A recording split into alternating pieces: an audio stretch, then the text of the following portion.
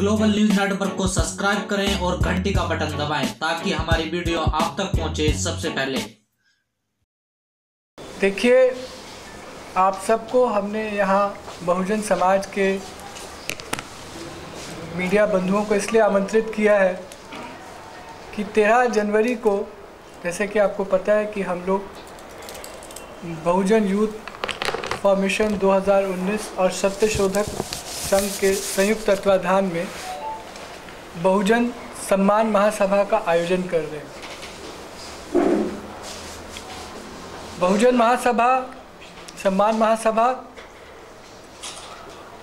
आपको मालूम है कि 2 अप्रैल को जो बच्चे शहीद हुए, उन शहीदों के सम्मान में इस सभा का आयोजन किया गया है। इस सभा के आयोजन के पीछे जो प्रमुख प्रेरक कारक है, जिस वजह से हमको ये काम करने की प्रेरणा मिली, वो ये है कि हमारा इतिहास बताता है कि जब हम अपने समाज के शहीदों को सम्मानित करते हैं तो समाज उससे प्रेरित होकर आगे की तरफ बढ़ता है। और जिस तरह की आज इस देश में, केंद्र में और राज्य में सरकारें हैं जो कि पूरी तरह से मनुवादी, ब्राह्मणवादी नीतियों पे चल रही हैं, और उन्हीं नीतियों के कारण इस देश में 2 अप्रैल जैसा ऐतिहासिक क्षण हमने देखा। तो अब उनकी अगली कवायद थी कि वो हमारा मनोबल तोड़ दें। जो बच्चे सड़कों पे उतरे, जिन्होंने इस देश के संविधान की रक्षा के लिए अपने संवैधानिक हक का पालन करते हुए लोकतांत्रिक ढंग से अपनी मांगों को रखा, और वो भी बिना किसी राजनीतिक दल, किसी के नेतृत्व में, एक सामूहिक चेतना के आधार पे। ये हम सब जानते हैं कि 2 अप्रैल में जो लोग SC/ST एक्ट के बदलाव के खिलाफ सड़कों पे उतरे, उनको किसी ने इकट्ठा नहीं किया था। वो अपनी प्रेरणा से, अपनी सामाजिक चेतना से उतरे थे। तो सामाजिक चेतना की धार को कुंद करने के लिए 2 अप्रैल के बाद इस देश की मनुवादी सरकारों और इस देश की मनुवादी शक्तियों ने जो कवायदें की, इसका एक उदाहरण हमने देखा कि उन्होंने संविधान जलाया हमें प्रवोक करने के लिए। हमने देखा कि किस तरह से इस देश के किसानों पे उन्होंने लाठियां, गोलियां बरसाई। उसके बाद लाखों किसान जब सड़कों पे उतरे तो उसको सरकार ने अनदेखा किया। ये किसान कौन थे? ये बहुजन समाज के युवा ही थे जो उतरे थे अपने हक के लिए। तो उन्होंने हर तरह से कोशिश की कि हमारा सामाजिक चेतना जो उभर रही है उसको कमज़ोर कर सकें, उसको कुंद कर सकें, और हमारे को मनोवैज्ञानिक रूप से दबाव में लिया। जिस तरह के झूठे हज़ारों केसेस में नौजवानों को जेलों भेजा गया, उनके ऊपर गैंगस्टर, NSA जैसे एक्ट लगाए गए, सारे प्रमाणों के बावजूद RSS और उनके गुंडों के ऊपर केसेस नहीं हुए, कार्रवाई नहीं हुई। ये सारी चीज़ें क्या दर्शाती थी और दर्शा रही हैं कि हमारे को वो ये दिखाना चाहते हैं कि देखो, तुम्हारे साथ हम कुछ भी करें तुम्हें वो झेलना पड़ेगा। तो हम साथियों के मन में ये बात थी स्पष्ट तौर पे, हम सभी साथियों के मन में, कि हम इसका माकूल जवाब इस देश की ब्राह्मणवादी सरकार को उसकी नाक के नीचे देंगे। और इसी के तहत हमने 19 अगस्त को आप सबसे जंतर मंतर पे वादा किया था, वो संकल्प लिया था, याद कीजिए, हमने वो संकल्प लिया था सामाजिक तौर पे कि इन शहीदों को हम समाज में स्थापित करेंगे। इनकी शहादत का जो सम्मान ड्यू है, अगर सरकार नहीं देगी तो ये समाज देगा। तो इसलिए हमने इस सभा का आयोजन किया। इसीलिए इसका नाम भी हमने क्या रखा? बहुजन सम्मान महासभा। ये कोई रैली नहीं है, कोई भाषणबाजी का मंच नहीं है। उस दिन सिर्फ शहीदों के परिवार मंच पे होंगे, धम्म सानिध्य के लिए बौद्ध भिक्षुक हमारे साथ होंगे और उन परिवारों के साथ साथ उनकी मूर्तियों के अनावरण को हम करेंगे जो हमने बनवाई है। और जो बच्चे जेल गए, जिन्होंने समाज के लिए लाठी खाई, जेल की हवा खाई, हम उनको भी सम्मानित करेंगे। इसमें हमने अपने एक चीज़ को और जोड़ा है, जो 19 तारीख को हमने संकल्प लिया था, उसमें एक चीज़ हमने और जोड़ी जो हमें बाद में रियलाइज़ हुई। ये कि जो सालों से बहुजन समाज के लिए संगठन, समितियां और व्यक्ति अपने स्तर पे काम कर रहे हैं, छोटे हैं, बड़े हैं, जैसे भी हैं, पर वो अपने लगन के साथ लगातार काम कर रहे हैं। और जैसे आप मीडिया बंधु हैं, आप ये काम कर रहे हैं, एक पैरेलल मीडिया खड़ा कर रहे हैं, बहुजन मीडिया को आपकी आप सशक्त आवाज़ हैं। तो ऐसे तमाम साथी जो समाज के अन्य क्षेत्रों में, चाहे वो शिक्षा हो, स्वास्थ्य हो, या बाबा साहब की विचारधारा का प्रचार प्रसार हो, चाहे बुद्ध की विचारधारा का प्रसार हो, चाहे संत रविदास की विचारधारा का प्रसार हो, वो किसी भी स्तर पे सामाजिक भूमिका का निर्वाह कर रहे हैं, हम उनको भी अपनी तरफ से सम्मानित करेंगे। क्यों करेंगे? उनके मनोबल के अंदर कोई कमी नहीं है, उनका मनोबल तो बना हुआ है, तभी वो काम कर रहे हैं। पर ये छोटा सा प्रयास भी उनको थोड़ी ऊर्जा, नई ऊर्जा देने में सहायक होगा। तो हमने इसमें ये 3 चीज़ें जोड़ी हैं। इन 3 चीज़ों के आधार पे सभा हम आयोजित कर रहे हैं। आपके माध्यम से देश के हर बहुजन और हर न्यायप्रिय नागरिक को इस देश के हम आमंत्रित करना चाहते हैं कि वो आएं और इस देश की संविधान की रक्षा में शहीद हुए उन 13 नौजवानों और जेल गए उन नौजवानों के सम्मान में अपना जीवन का ये क्षण दें, ताकि वो परिवार, वो व्यक्ति और उनको देखने वाले अनेक लोग आने वाले वक्त में जब भी समाज की पुकार हो तो सड़कों पे उतर के अपने लोकतांत्रिक हकों का इस्तेमाल करने में झिझके नहीं। पत्रकार बंधु आए हैं, आप सभी का हम स्वागत करते हैं अपनी टीम की तरफ से। और मैं ब्रीफ में इतना ही बताना चाहूँगा आप सभी को जय भीम करते हुए। जैसा कि हमारे साथी ने भी आपको बताया कि 13 जनवरी को दिल्ली के रामलीला मैदान में बहुजन सम्मान महासभा का आयोजन किया गया है, जिसके 3 बिंदु आपके बीच में भाई साहब ने रखे। और उसके प्रचार प्रसार में जितनी हमारी सामर्थ्य थी, हमारी टीम की जितनी सामर्थ्य थी, तो हमने उसको बखूबी निभाने का प्रयास किया। लेकिन फिर हम लोगों ने सोचा कि आपका पूरा देश और विदेश में आपका माध्यम से भी ये मैसेज जाए, तो हमने आप सभी साथियों को आमंत्रित किया। तो हम आपके चैनल के माध्यम से भी पूरे देश के, विदेश के जितने भी साथी हैं, उन सबको हम लोग रिक्वेस्ट करना चाहते हैं। और 2 लाइन में मैं अपनी बात कहना चाहता हूं, जिसको मैं जगह जगह कह रहा हूं आजकल, कि जो समाज अपने समाज में त्याग और बलिदान देने वाले लोगों का सम्मान नहीं करता, उस समाज में त्याग और बलिदान देने वाले लोग पैदा होने बंद हो जाते हैं। और जिस समाज में त्याग और बलिदान देने वाले लोग पैदा नहीं होते, उस समाज के अधिकारों को सुरक्षित नहीं रखा जा सकता। तो इसलिए ये मनोबल बढ़ाने का प्रोग्राम है।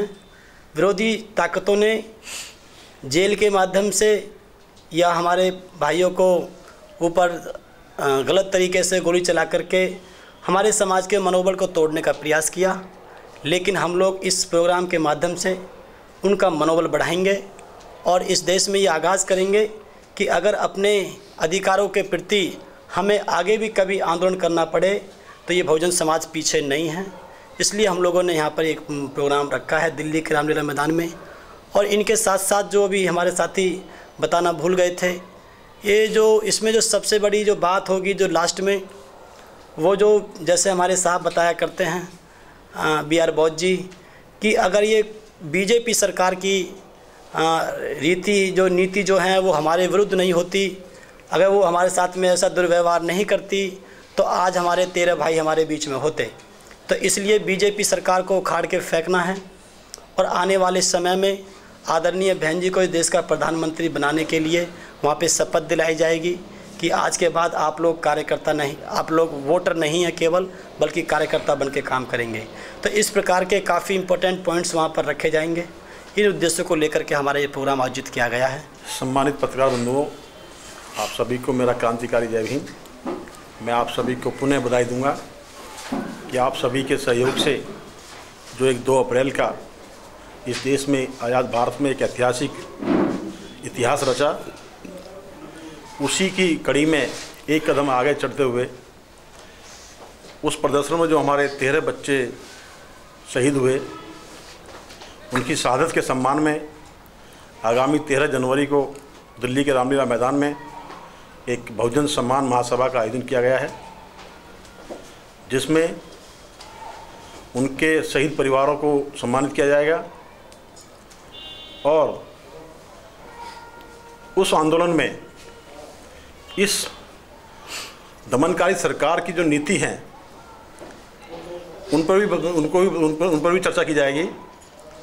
मैं आपको जानकारी में लाना चाहूँगा कि इस दमनकारी सरकार ने उत्तर प्रदेश जैसे राज्य में हमारी 3 महिलाओं को भी 3-3, 3.5, 4-4 महीने की जेल भेजा, जो बेचारी अपने हस्ताक्षर करना नहीं जानती, उनको उस पूरे केस का मास्टरमाइंड तक बनाया गया पुलिस ने। मतलब उस सभा में आपको एक ऐसे पूरे देश के ऐसे आपके सामने एक तथ्य रखे जाएंगे जो इस सरकार की कारगुजारी, सरकार की दमनकारी नीति है, वो सब आपके सामने उस दिन दिखाई जाएगी। सरकार की जो दमनकारी नीति है उसका हम पूरी तरह से उसको एक रिप्लाई देंगे कि सरकार चाहे जितनी कोशिश करेगी हमें दबाने की, हम उतनी उससे भी ज़्यादा शक्ति में सरकार के सामने काउंटर करने के लिए तैयार हैं। उसी क्रम में ये कार्यक्रम दिल्ली में रखा गया है, क्योंकि वो बच्चों की जो शहादत हुई है, 7 बच्चे मध्य प्रदेश के हैं, 4 बच्चे उत्तर प्रदेश के हैं, 1 बच्चा राजस्थान का है, 1 बच्चा पंजाब का है। लेकिन कार्यक्रम दिल्ली में रखने का उद्देश्य सिर्फ यही है कि हम सरकार को एहसास कराना चाहते हैं कि सरकार इस दमनकारी नीति को बंद कर दे। अगर सरकार या भविष्य में कोई भी सरकार ऐसी अगर कोई दमनकारी नीति अपनाएगी तो समाज उसका कड़ी जोर से उसका मतलब मुकाबला करेगा और उसका जवाब देगा। चैनल के माध्यम से जितने हमारे पत्रकार बंधु यहाँ उपस्थित हुए हैं, साथियों, जैसा कि बताया अभी भाई साहब ने बताया, जयप्रकाश जी ने बताया और भाई साहब ने भी बताया, संजीव जी ने बताया कि जो सरकार को काम करना चाहिए था वो सरकार नहीं कर रही है। वो जो है हमारी अपनी नैतिक जिम्मेदारी समझते हुए जो समाज के जो लोग हैं उसमें आप लोग भी शरीक हैं, हम लोग तो एक माध्यम हैं, क्योंकि जो शहादत जो 2 अप्रैल में जो हुई है हमारे भीम सैनिकों की, तो इनको एक स्थापित करने के लिए एक अवसर है। जिस प्रकार से 2 अप्रैल में हमारे समाज के जो जितने भी साथी थे, हमारे बहुजन समाज के जो लोग थे, अपने अपने स्तरों पे, छोटे स्तर पे, बड़े स्तर पे जो आप लोगों ने प्रदर्शन को जो रूप दिया, जो सरकार को आपने एक मैसेज देने का जो काम किया, बहुजन समाज को एक एकत्रित करने का काम किया, जैसे मैसेज देने का काम किया, बाबा साहब की विचारधारा को बढ़ाने का जो आप लोगों ने काम किया, तो ये अवसर जो दोबारा हमारे बीच में आया है 13 जनवरी को, तो साथियों ये अवसर बार बार नहीं आएगा। समाज की लड़ाई है और मैं बस आप लोगों के माध्यम से ये अपील करना चाहता हूँ कि अवसर हाथ से ना जाए। और वर्तमान में बहुत जल्द ही देश के अंदर आम चुनाव भी होने वाले हैं लोकसभा के, तो देश के अंदर जो है ये वर्तमान जो सरकार है मनुवादी सरकार है। अगर हम असल में अपने बहुजन समाज के लोगों को श्रद्धांजलि देना चाहते हैं जो शहीद हुए हैं, तो सभी लोग अपने अपने स्तर पे, अभी हमारे पास समय है, तो हम अपने अपने छोटे छोटे स्तर पे जो है लोगों को प्रचार प्रसार करके, लोगों को आमंत्रित करके दिल्ली में 13 जनवरी 2019 को सुबह प्रातः 10 बजे रामलीला मैदान में सब एक इकट्ठे हों और एकत्रित होकर इस जो मनुवादी सरकार है इसको चुनौती देने का काम करें। यही मेरा आप लोगों से निवेदन है। सभी पत्रकार बंधुओं, मैं भारत के मूल निवासियों को मेरा क्रांतिकारी जय भीम। ये जो प्रोग्राम रखा गया है भारत के उन तमाम मूल निवासी व जिन लोगों ने शहादत दी है और बढ़ चढ़ के हिस्सा लिया है, उनका कहीं मनोबल डाउन ना हो जाए, उस मनोबल को बरकरार रखने के लिए वह उन बच्चे और बच्चों के परिवारों को, वह समाज के उन तमाम लोगों को जो जेल गए थे, उनको सम्मान देने के लिए ये प्रोग्राम रखा गया है। तो मैं भारत के उन तमाम मूल निवासी लोगों से अपील करते हुए, इस प्रेस कॉन्फ्रेंस के माध्यम से अपील करते हुए कि आप सब लोग 13 तारीख को 10 बजे रामलीला, दिल्ली के रामलीला मैदान में आए और आकर के उन बच्चों का, उन बच्चों के परिवार का व पूरे समाज का शोभा बढ़ाने का कार्य करें, क्योंकि वहाँ ये एक ऐसा ऐतिहासिक कार्य होने जा रहा है कि जो लोग, वो 13 बच्चे हैं, उनकी प्रतिमा जैसे साथियों ने बताया है वो वितरित की जाएंगी। जो लोग जेल गए हैं उन लोगों को भी सम्मान दिया जाएगा और उन तमाम बच्चों के परिवार को जिनकी शहादत हुई है, जिन्होंने शहादत दी है, उनको सहायता राशि भी उनको दी जाएगी। तो इस सारे कार्य को पूर्ण रूप से मजबूत बनाने के लिए आप लोग 13 तारीख को जरूर पहुँचें और समाज व समाज के बच्चों का मनोबल बढ़ाएं, तभी हम अपने संविधान व अपने अधिकारों की रक्षा कर सकते हैं। जिस मनुवादी सरकार के तहत ये कार्य हुआ है, आज पूरे भारत के लोग उनको सबक सिखाना चाहते हैं, और यदि आप हकीकत में सबक सिखाना चाहते हैं तो आप लोग 13 तारीख को, चाहे महिला हो, पुरुष हो, बच्चे हो, सब लोग दिल्ली के रामलीला मैदान में आकर के, बल्कि दिल्ली के रामलीला मैदान को नहीं, दिल्ली की सड़कों को भी जाम करने का काम करेंगे। इसी अपील के साथ, इसी उम्मीद के साथ आपसे फिर एक बार अपील करते हुए कि आप सब लोग घरों से निकल करके आए। बहुजन यूथ फॉर्मेशन 2019 सत्य शोधक संघ के तत्वाधान में बहुजन सम्मान महासभा का आयोजन 13 जनवरी 2019 को रामलीला मैदान में जो होने जा रहा है, इसके पीछे का मकसद, जो 2 अप्रैल को हमारे नौजवान शहीद हुए, जिन्होंने इस समाज के लिए शहादत दी, उन वीर सपूतों को इस देश के अंदर जीवित रखने के लिए, इस देश के इतिहास के पन्नों में उन्हें आने वाली पीढ़ियों के लिए एक प्रेरणा का स्रोत बनाने के लिए आज 13 जनवरी को जो कार्यक्रम होने जा रहा है, ये कार्यक्रम पूरे देश से आने वाले सभी उन श्रोताओं, उन अभिभावकों, बहुजन समाज के लोग जो उन वीर शहीदों को शहादत देने के लिए, नमन करने के लिए, श्रद्धांजलि देने के लिए अधिक से अधिक संख्या में आने का जो प्रयास कर रहे हैं,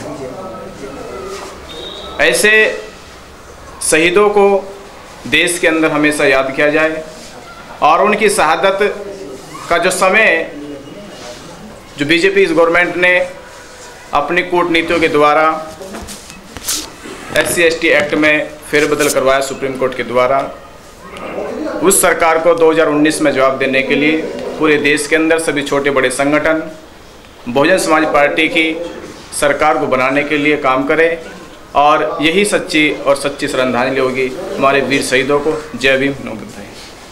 सर ये बताइए, 13 तारीख को जो रामलीला मैदान के अंदर जो एक बहुत बड़ा धरना प्रदर्शन होने जा रहा है, उसको मैन संबोधित कौन करेंगे? देखिए, धरना प्रदर्शन नहीं है जी, ये एक बहुजन सम्मान महासभा है। इसको संबोधन करेंगे जिन्होंने अपने 13 बच्चे खोए हैं इस देश से, जिन्होंने अपने एक ऐसी हानि की है जो जिसकी पूर्ति नहीं हो सकती। उनके साथ साथ जो हमारे धम्म सानिध्य में बनते करुणाशील राहुल और देश विदेश से जितने भी हमारे बहुत भिक्खु आएंगे, तो जो धम्म सानिध्य है वो मुख्य रूप से मंच का आकर्षण रहेंगे। सर लगभग कितना अंदाजा है कि वहाँ उस रामलीला के अंदर कितने बहुजन के लोग पहुँचेंगे? देखिए, शायद आपका जो ग्राउंड है वो छोटा पड़ सकता है। सर मेरे आप हाँ, जयप्रकाश जी, क्या इस कार्यक्रम के माध्यम से कोई राजनीतिक संकल्प भी लिया जाएगा, क्योंकि 2019 का लोकसभा चुनाव करीब है? ये तो सम्मान जो है बहुजन सम्मान महासभा है, इसमें स्टैचू दी जाएगी बच्चों की, उनके परिजनों को। और उसके बाद में जो ये साल राजनीतिक साल है पॉलिटिकल, उससे तो बहन जी को पीएम बनाने के लिए वहाँ पे अपील की जाएगी, लोगों को शपथ दिलाई जाएगी। अच्छा, ये जो स्टैचू आप लोग 13 स्टैचूज बनवाई गई हैं जी, उनको वहाँ पर स्थापित किया जाएगा जहाँ के वो बच्चे हैं? जी हाँ, सब सुनने में आया।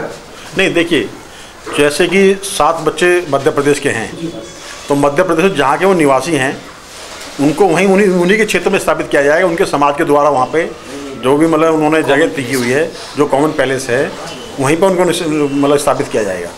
क्या ये मूर्तियाँ अगर आप कहीं लगवाएंगे तो टूटने की भी आसार है, क्या आशंका रहेगी? देखिए, पहली बात तो ये है कि मूर्तियाँ टूटने की आशंका इसलिए नहीं है कि आपने देखा होगा कि अगर कोई हमारे किसी भी एक महापुरुष की मूर्ति पर हाथ लगाता है तो उसका अंजाम क्या होता है।